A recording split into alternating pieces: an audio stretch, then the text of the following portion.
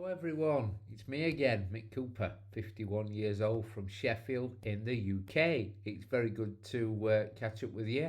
I think the last video I did was the 23rd of December, just before Christmas. So there's so much to catch up on. I mean, so much. So, first of all, I'm really sorry it's taken me a couple of weeks longer than I said it would do to get back to you to let you know how things have gone. But as ever, if you like me rambling on and talking nonsense, please do subscribe to the channel, give me a like, leave a comment.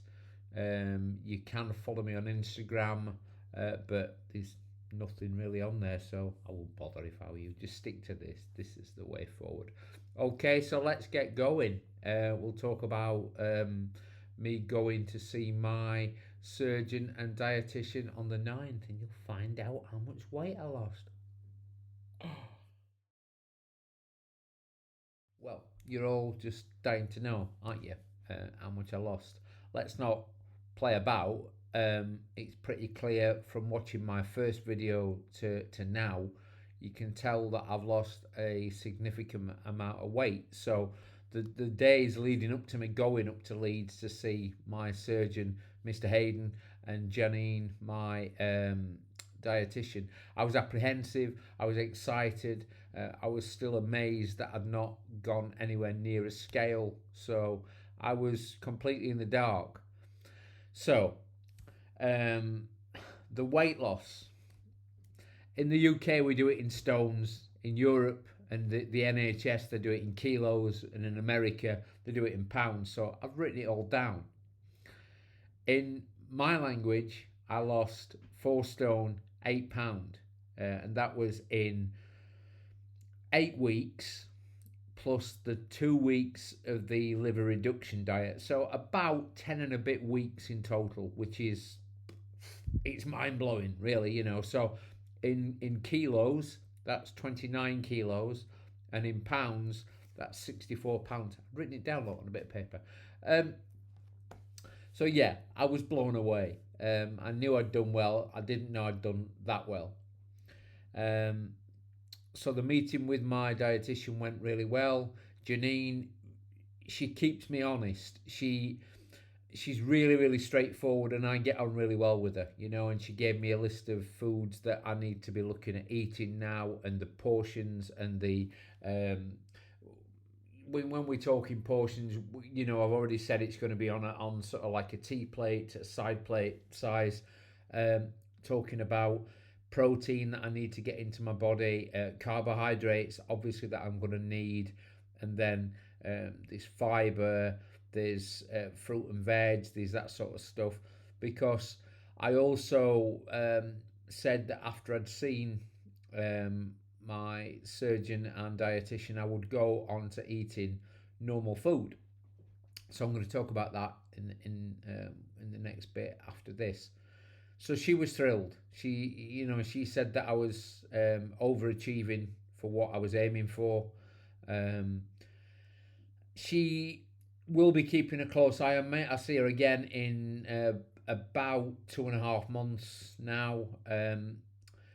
Because of my addictive behaviour, my previous history of compulsive gambling, I guess that I am at risk of overshooting. By that, I mean going underweight. Now, I still can't get that into my head that that is a possibility, because I've always been overweight. So to go underweight would be quite a thing.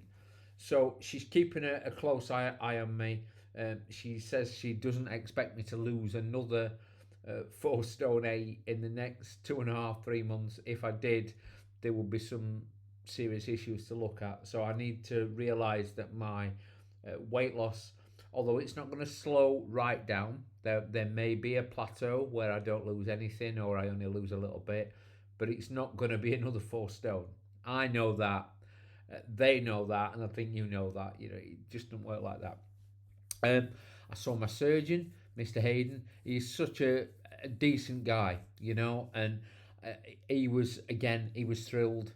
He said I was ahead of the predicted curve of where my weight loss would be, so he was happy with that. I got him to check out the injury that I thought I'd sustained by getting my dad up when he fell. He's pretty certain it isn't a hernia. He thinks it's probably just a muscle pull. And in the last couple of weeks, uh, things have really, really settled down with that. They also gave me the green light to get back in the gym, which I was incredibly thrilled about. I'll be talking about that in the next part as well. So, um, I can't even tell you how amazed and how happy I was when um, I found out how much I'd lost.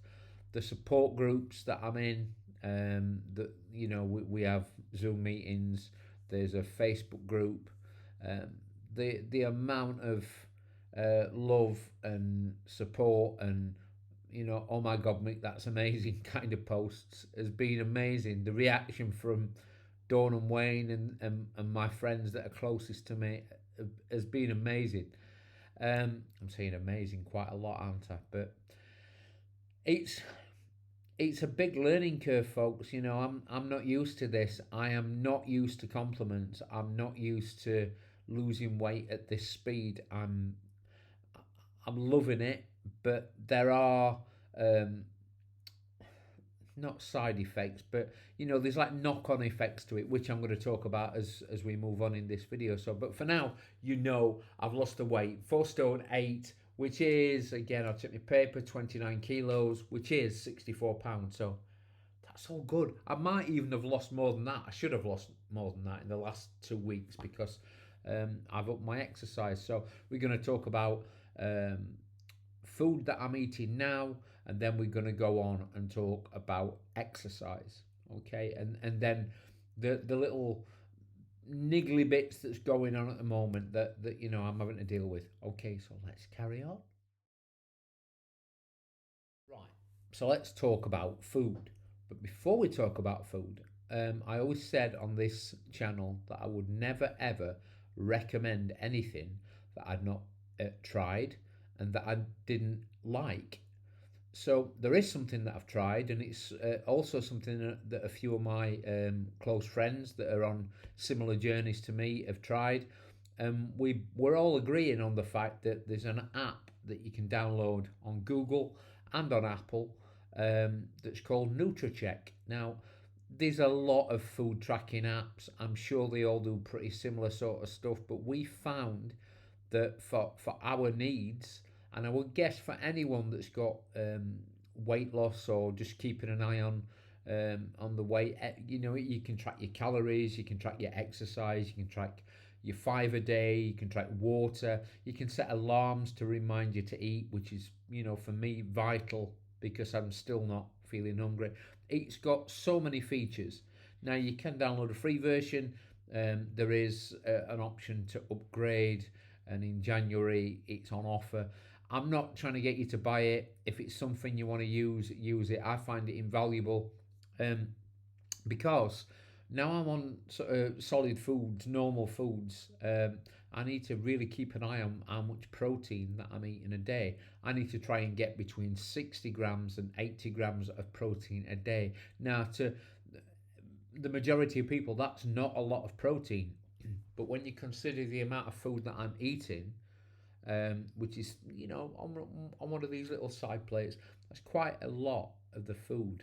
So it's like a piece of chicken or a piece of beef, or like I made today. I made some burgers today, and that was a good part of getting my protein in.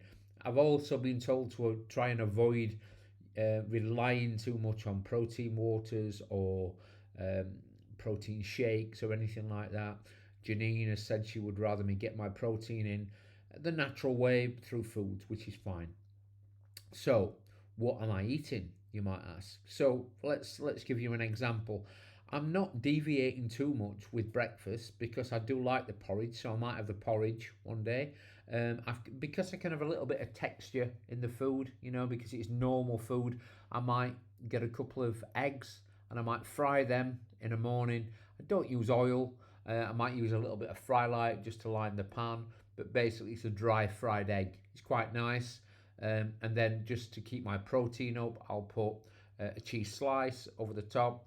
It's also very nice. And then maybe 60 grams or a couple of tablespoons of baked beans. It's not a great deal for my breakfast, but that's the kind of portions that I'm eating. I don't need too much. So, like for my lunch today, like I say, I made some homemade burgers. It's basically just 5% mince, a few spices, mixed them up, got my burger press, splattered it out, and that was a huge quarter pounder burger. Unfortunately, my eyes were bigger than my belly because I ate about a third of that. With that, I had probably a tablespoon of mashed potato and a few veg. Didn't eat all them, but I felt satisfied. I got my protein in, which I needed to do. I've also really sort of taken to eating wraps, like tortilla wraps, little white flour wraps, rather than eating bread because bread's always been a trigger food for me. It's something that I'm trying to avoid eating because I don't want to get um, that taste back. And also, post surgery, it's sometimes difficult to digest bread unless it's toasted, unless it's wholemeal. So I'm avoiding it. I'm sticking to these wraps. They're only like little mini wraps you can get from Aldi, Morrison's. There's all different brands and different makes. And inside that, I'll put a couple of slices of roast beef or chicken or turkey.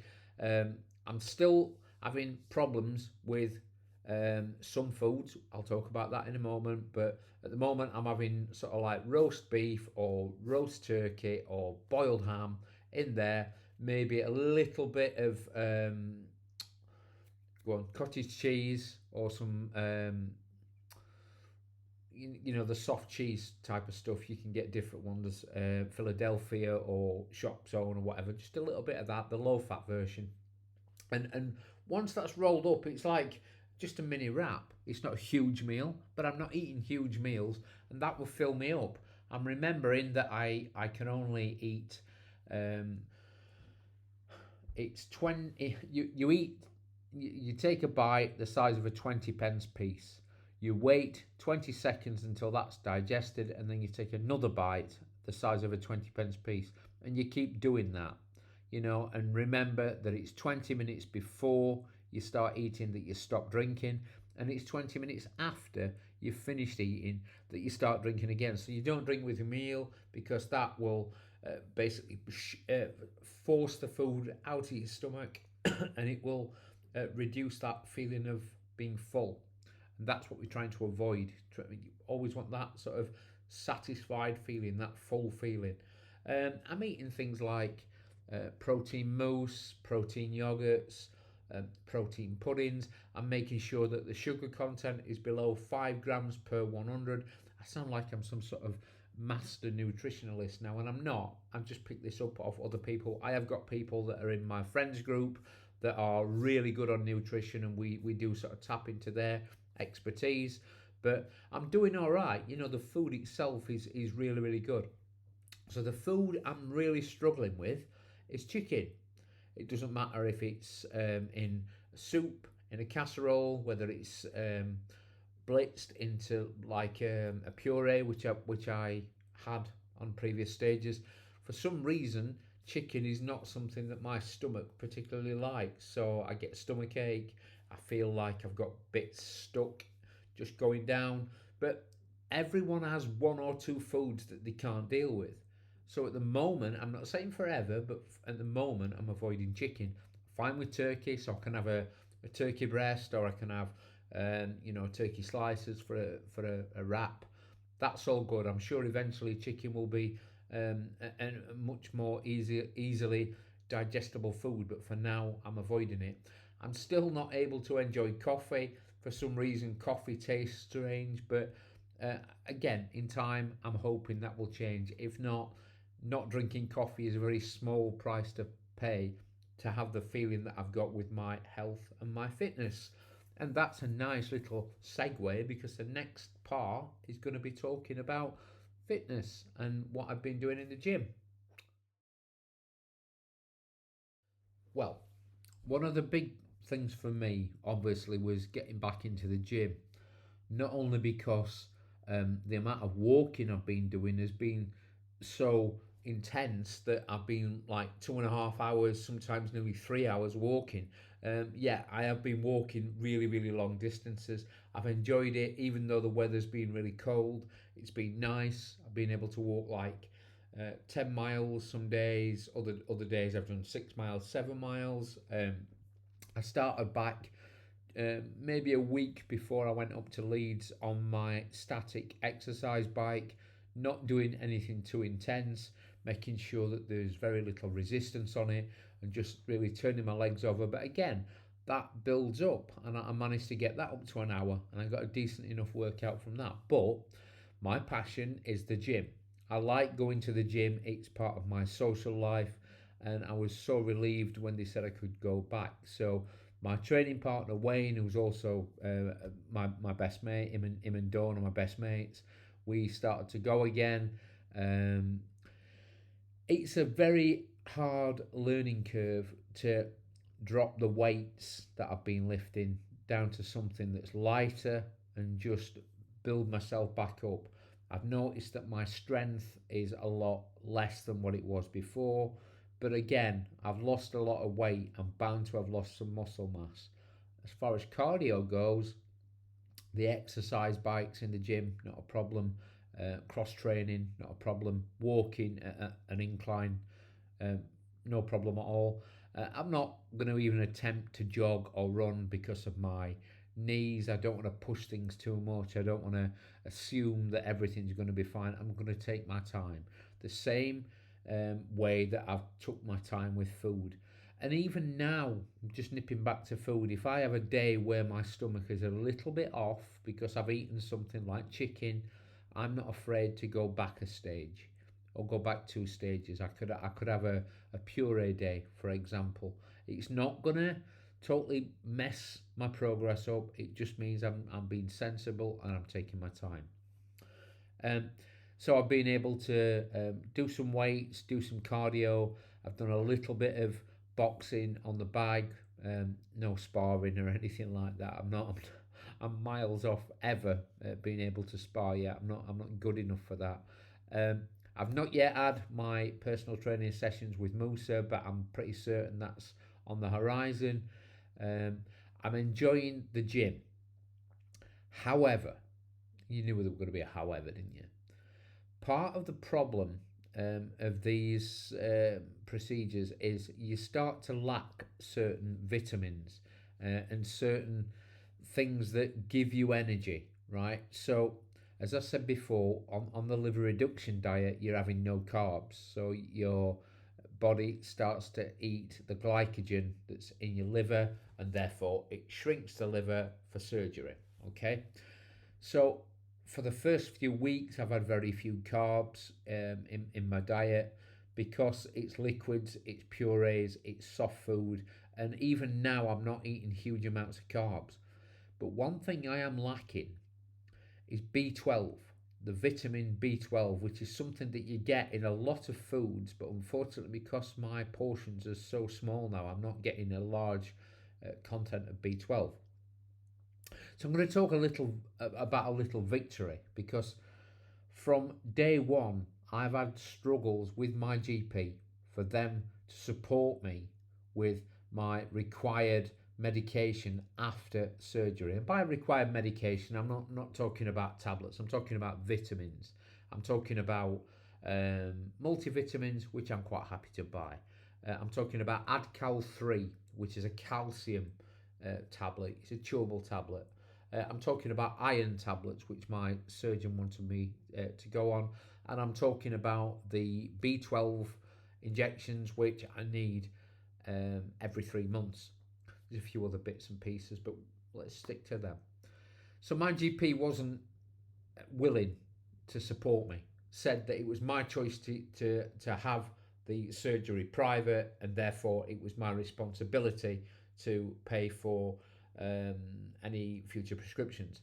Fact is, I'm actually saving the NHS money. I'm taking pressure off the NHS by having the surgery done myself and by reducing any future illnesses such as diabetes, which my diabetes has gone into remission, heart disease, lots of cancers that are caused by being overweight.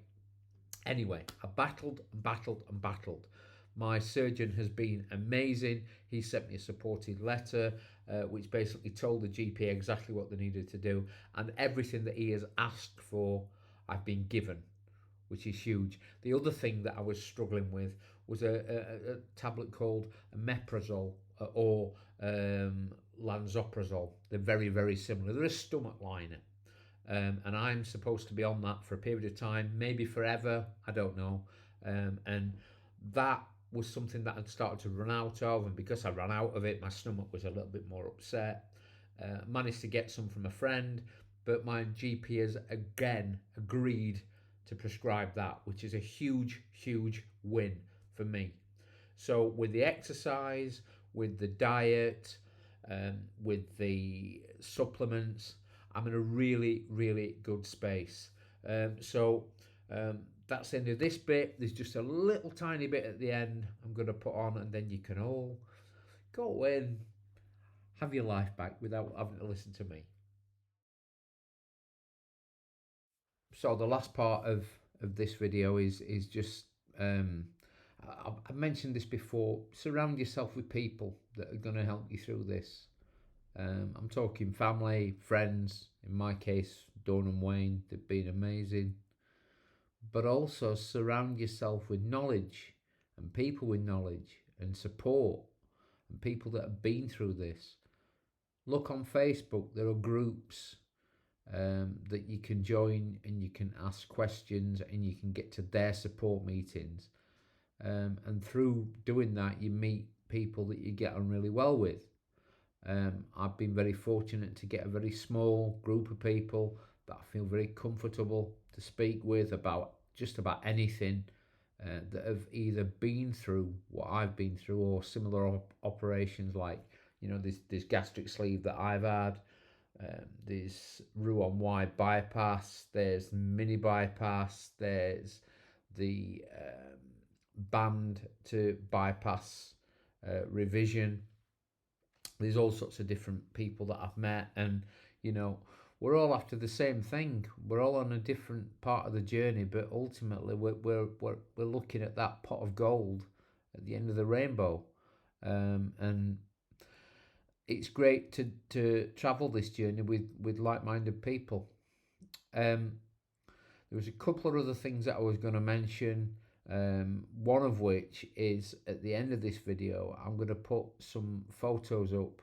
I did take a before, front, and side shot of me before I even started the liver reduction diet.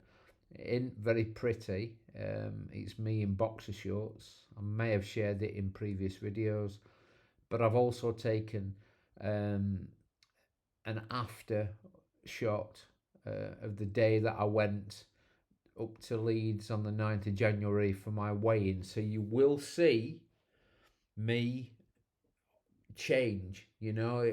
I stood in a similar position, so you'll see the comparisons, and it is quite striking. That picture that I took before surgery is a very difficult picture for me to look at. It's somewhat sweetened by the fact that I no longer look like that, and I'm getting smaller and happier with how I look every day. I shall talk to you all soon. I'll put a video on in maybe a month's time.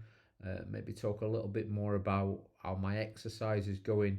Let you know how the B12 injection goes. See if that boosts my energy a little bit. I'm hoping it does.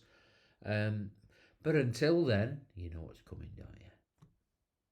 Be seeing you. These are the photos of me the night before I started the liver reduction diet. I can hardly believe that I'm the same person, but they are very, very painful for me to look at. 23 stone. My diabetes was out of control. My blood pressure was high. My heart rate was high. I'd got very limited movement because of knee injuries. I was tired all the time and breathless. And in 8 short weeks, something quite remarkable happened when I lost 4 stone, 8 pound. These photos just blow me away. Just looking at, the difference in that short period of time. I've made a lot of changes, mindset, diet, um, getting the exercise sorted, realizing that I don't want to test or tempt myself and risk doing any damage to the newly made stomach. I don't want to go back to the person I was. These photos are amazing. You get more of an effect if you see them side by side. So there you go. Um, it doesn't look like the same person, really, does it? I look younger. I definitely feel younger. I feel fitter. I realise I've got a long way to go. I realise that I'll not be losing weight at this rate forever. If I am, I'm definitely doing something wrong. But it's given me a chance, and I'd not really got much of a chance before because my life was slowing down. I was unfit, unhealthy, but there you go. I'm getting there. Thanks so much for watching these videos. Please subscribe if you want to. But until next time, take care, guys.